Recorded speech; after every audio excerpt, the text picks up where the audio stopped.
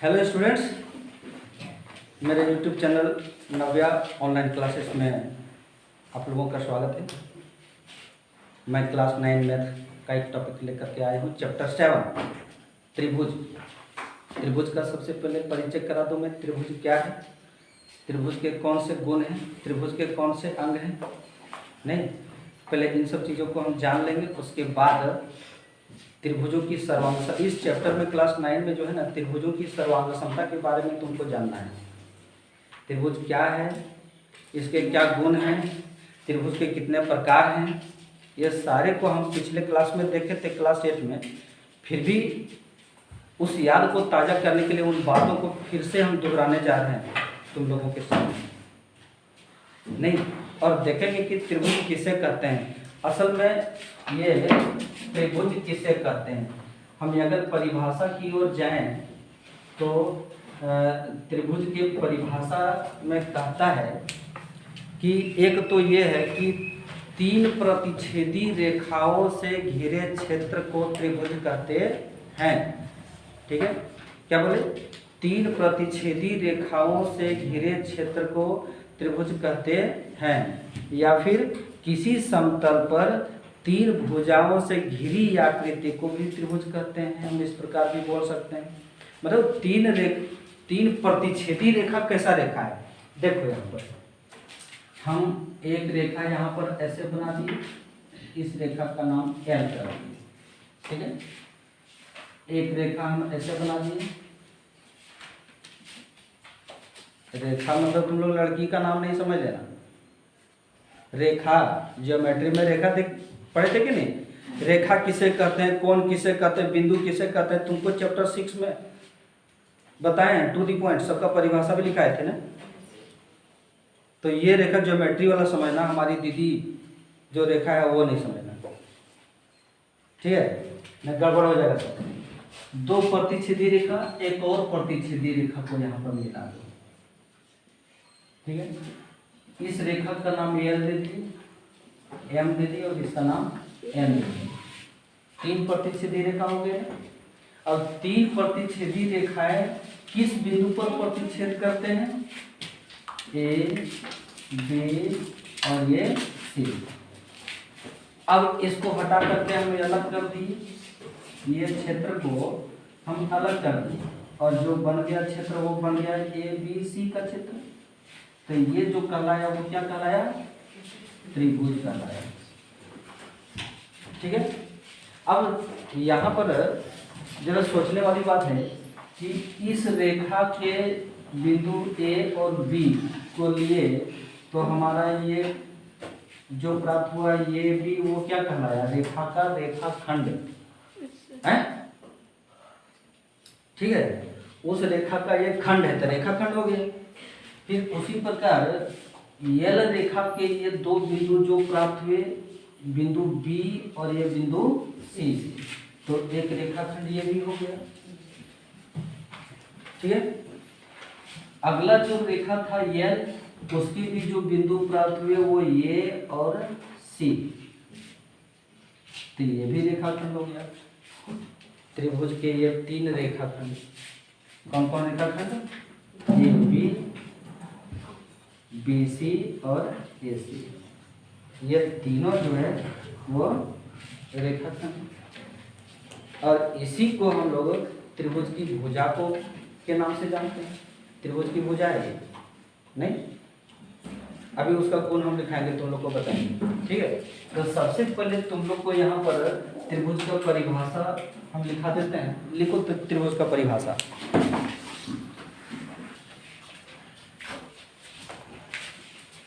अब देखते हैं त्रिभुज के गुण, फिर देखेंगे त्रिभुज के प्रकार, शॉर्ट में चलेंगे क्योंकि ये सब पहले से तुम लोग जान रहे थे ना। नहीं, शॉर्ट में ही चलेंगे, बहुत का लिखाएंगे परिभाषा, बहुत का नहीं लिखाएंगे। ठीक है, तो त्रिभुज के गुण ऊपर में तुम लोग हेडिंग को ना, त्रिभुज के गुण।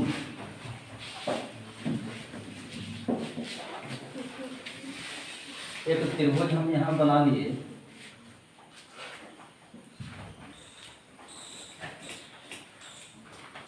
ये बी और ये सी,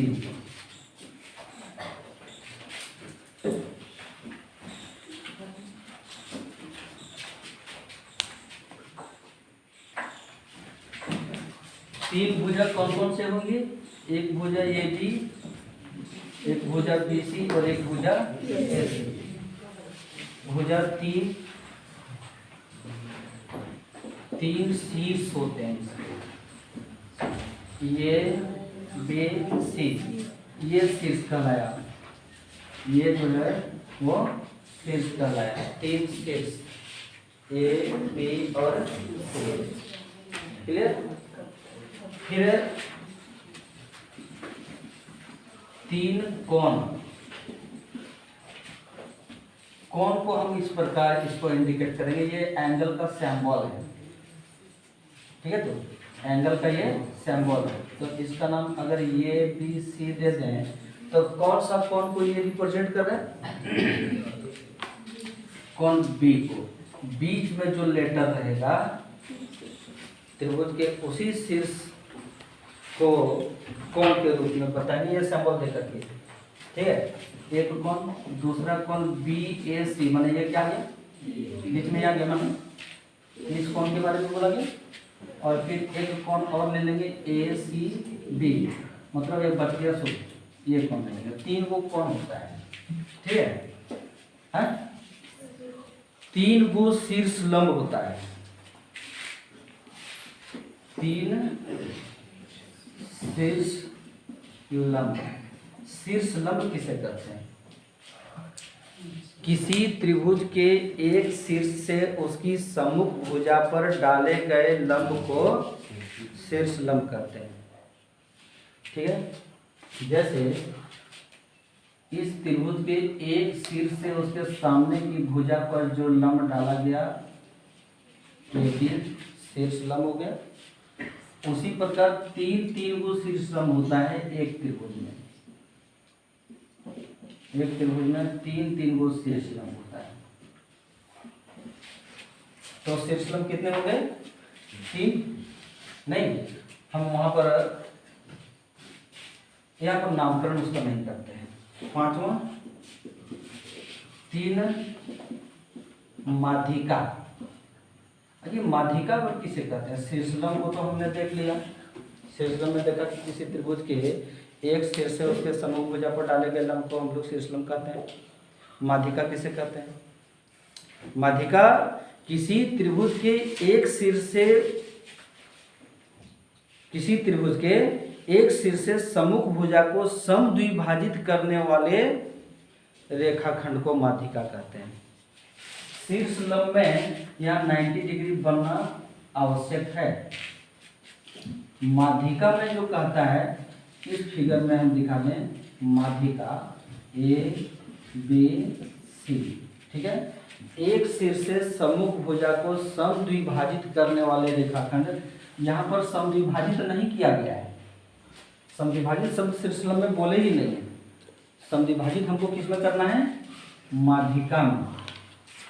यहाँ पर यम जो है ना वो बीसी का मध्य बिंदु है, माध्यिका हम लोग उसी को कहेंगे, ठीक है। माध्यिका किसे कहेंगे? किसी त्रिभुज के एक शीर्ष से सम्मुख भुजा को समद्विभाजित करने वाले रेखाखंड को माध्यिका कहते हैं, ठीक है।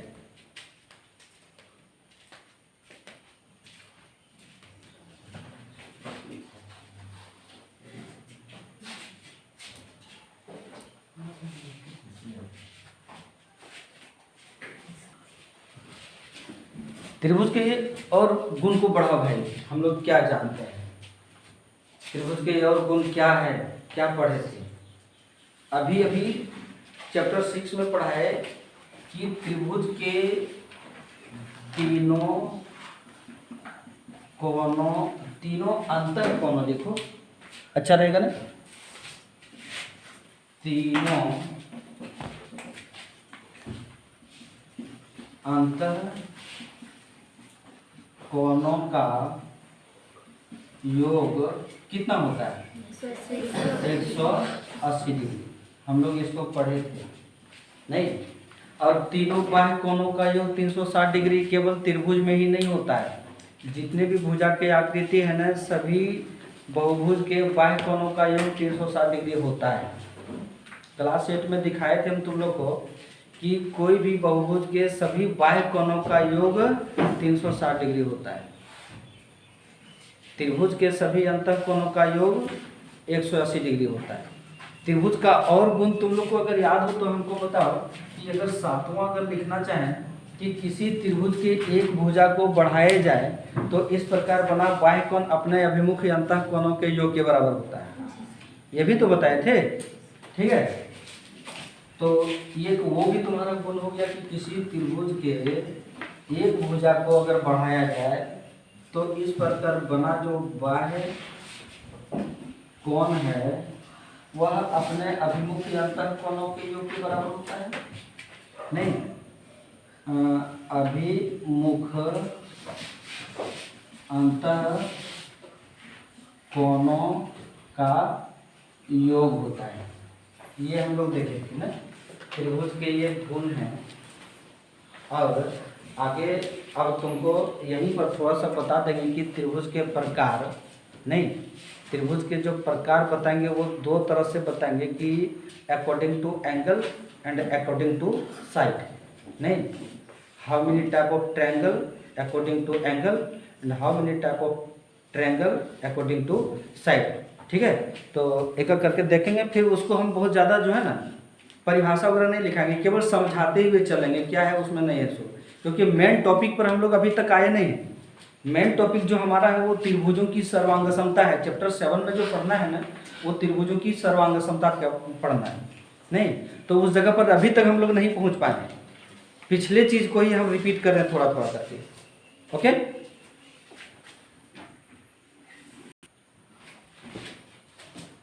त्रिभुज के प्रकार। नहीं देखो भाई, त्रिभुज जो हम बनाए हैं ना बोर्ड पर, ये जो दिए हुए इसका भेद वो इस प्रकार है कि सबसे पहले हम according to side, according to side भुजा के दृष्टिकोण से त्रिभुज के प्रकार, और यहाँ पर है अकॉर्डिंग टू एंगल, सही है ना, कोण के दृष्टिकोण से त्रिभुज के प्रकार। भुजा के दृष्टिकोण से सबसे पहले देखते हैं कि सबसे पहले है समबाहु त्रिभुज। नहीं, समबाहु त्रिभुज में क्या करता है, परिभाषा हमको लिखाने की जरूरत नहीं है भाई, तुम लोग पहले से जान रहे हो। वैसे भी समबाहु त्रिभुज किसे कहते हैं, जिस त्रिभुज की तीनों भुजा बराबर हो उसे समबाहु त्रिभुज कहते हैं। समबाहु त्रिभुज का और खास गुण क्या है जानते हो? समबाहु त्रिभुज का एक खास गुण ये है कि इसके तीनों कोण भी आपस में बराबर होते हैं। प्रत्येक कोण 60 डिग्री होता है। समबाहु त्रिभुज के तीनों भुजा बराबर, तीनों कोण बराबर, प्रत्येक कोण 60 डिग्री, और माध्यिका और शीर्ष लंब दोनों एक ही रेखा पर आकर के मिलता है, अलग अलग नहीं दिखेगा माध्यिका और शीर्ष लंब। ठीक है, समबाहु त्रिभुज का एक माध्यिका जो है या एक शीर्षलंब का, समबाहु त्रिभुज का एक शीर्षलंब, हम इसी में प्रूफ करके तुम लोग को दिखाएंगे। प्रमेय है कि एक शीर्षलंब उस भुजा को दो बराबर भागों में विभाजित करता है। हाँ, वेट प्लीज, ठीक है, खाली हमको एक्सप्लेन करना दो ना, अधूरा नहीं रखेंगे, बुझे कि नहीं। समबाहु त्रिभुज के शीर्षलंब जो है वो भुजा को भी दो बराबर भागों में बांटता है और वहाँ लंब भी होता है, इसलिए उसको माध्यिका भी कह देंगे, शीर्षलंब भी कह देंगे। समबाहु त्रिभुज में क्या क्या जाना तुमने कि प्रत्येक भुजा बराबर, प्रत्येक कोण भी बराबर, प्रत्येक कोण सभी कोण बराबर और प्रत्येक कोण 60 डिग्री, शीर्षलंब और माध्यिका एक ही। तो यहाँ पर समबाहु त्रिभुज का हम अगर एक छोटा सा फिगर बना करके अगर दे दें और इसका नाम ABC रखें तो AB is equal to BC is equal to AC, फिर ये एंगल और ये एंगल तीनों में बराबर होता है। समबाहु त्रिभुज कंप्लीट। अब चले समद्विबाहु त्रिभुज, जिस त्रिभुज की कोई दो भुजा बराबर हो, जिस त्रिभुज की कोई दो भुजा बराबर हो उसे समद्विबाहु त्रिभुज कहते हैं।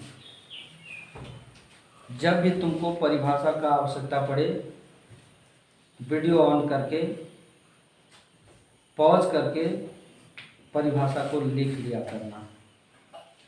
ये पूंजी जो तुमको दे रहे हैं ना, वो एक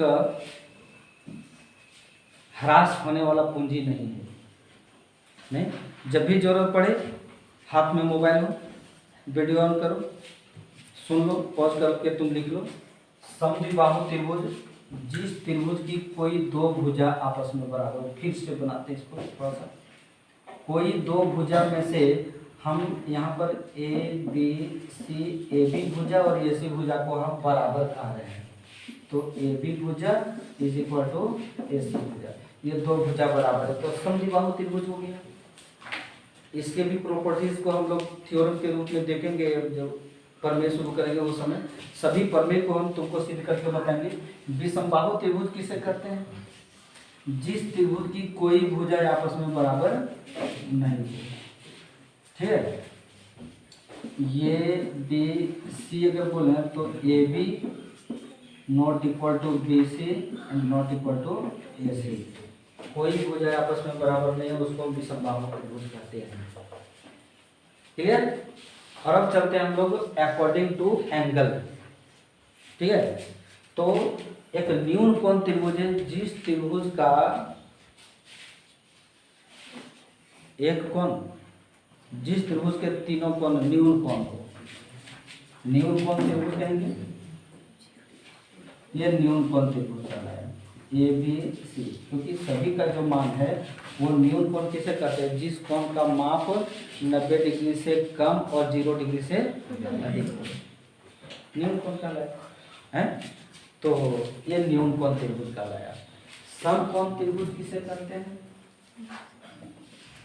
समकोण त्रिभुज कहेंगे कि जिस त्रिभुज का कोई एक कोण समकोण हो, समकोण मीन्स 90 डिग्री, जिस त्रिभुज का कोई एक कोण समकोण हो यानी 90 डिग्री का हो, उसे समकोण त्रिभुज कहते हैं। ये भी तुम जान गया। एक त्रिभुज होता है अधिक कोण, ये जो कहलाया वो अधिक कोण त्रिभुज कहलाया ए बी सी। ये जो कोण है वो 90 डिग्री से बड़ा और 180 डिग्री से कम, छोटा है। 90 डिग्री से बड़ा एंड 180 डिग्री से कम हो, उसे हम लोग अधिक कोण त्रिभुज कहते हैं। और तुमको ये चीज को जान लेना पड़ेगा कि किसी भी त्रिभुज में अधिकतम कितने न्यून कोण हो सकते हैं? 3 न्यून कोण हो सकते हैं। किसी भी त्रिभुज में कितने अधिकतम न्यून कोण हो सकते हैं? 3 हो सकते हैं। किसी भी त्रिभुज में कितने अधिकतम समकोण हो सकते हैं? अच्छा, कोई सा त्रिभुज है जिसमें 2 को समकोण आ जाए? ये अन्याय हो जाएगा। नहीं, 2 को समकोण माने 180 डिग्री, जबकि तीनों कोण मिला करके 180 डिग्री होता है। और ये कोण को यहाँ 90 डिग्री बना देंगे तो त्रिभुज बनेगा ही नहीं, ये संभव है। उसी प्रकार किसी भी त्रिभुज में एक ही अधिक कोण होता है, 2 को अधिक कोण नहीं होता है। बुझे कि नहीं? अब किसी भी त्रिभुज में एक अधिक कोण, एक समकोण और एक न्यून कोण भी नहीं रह सकता है। जब समकोण रहेगा तो बाकी जो बच गए वो न्यून कोण रहेंगे, अधिक कोण रहेगा तो बाकी जो बच गए वो न्यून कोण रहेंगे। इन बातों को तुम याद रखना, कोई भी तुमको जो है ना हरा सकता है। एक त्रिभुज में कितने समकोण होते हैं? ए। एक त्रिभुज में कितने अधिक कोण होते हैं? ए। एक त्रिभुज में कितने न्यून कोण होते हैं? 3। अधिक से अधिक 3 न्यून कोण, कम से कम 2 न्यून कोण तो रहता ही है। नहीं, त्रिभुज का ये प्रॉपर्टी है। एक और प्रॉपर्टी हम तुमको बताने जा रहे हैं कि अधिक कोण त्रिभुज में जब न्यून कोण वाले शीर्ष से जब शीर्ष लंब डाला जाएगा तो ये जो शीर्ष लंब बनता है वो त्रिभुज के बाहर आ जाता है, इधर बन जाता है। ये जो शीर्ष लंब बना ना तुम्हारा ये यम, असल में त्रिभुज एबीसी का शीर्ष लंब बाहर इसलिए आ गया कि वो जो बना वो अधिक कोण त्रिभुज बना। क्लियर? तो त्रिभुज के ये प्रकार हम लोग देख लिए और अब हम लोग आते हैं समबाहु त्रिभुज में कहता है कि जिस त्रिभुज की तीनों भुजाएं आपस में बराबर हो, तीनों कोण आपस में बराबर है, प्रत्येक कोण 60 डिग्री हो। समबाहु त्रिभुज कहेंगे। समबाहु त्रिभुज के शीर्ष लंब जो होते हैं वो माध्यिका भी होते हैं। ठीक, माने समबाहु त्रिभुज के शीर्ष लंब को हम माध्यिका कह सकते हैं, क्योंकि समबाहु त्रिभुज के शीर्षलंब है वो सामने वाली भुजा को दो बराबर भागों में बांटते हुए 90 डिग्री का कोण बनाता है। ठीक है, क्लियर। तो ये हो गया त्रिभुज का परिचय। और अब अगला टॉपिक हम बताएंगे त्रिभुजों की सर्वांग समता। अगर ये वीडियो आप लोगों को अगर अच्छा लगा हो तो लाइक करें, शेयर करें और सब्सक्राइब करें, ताकि हमारा ये नोटिफिकेशन समय समय पर आप लोगों को जाते रहे।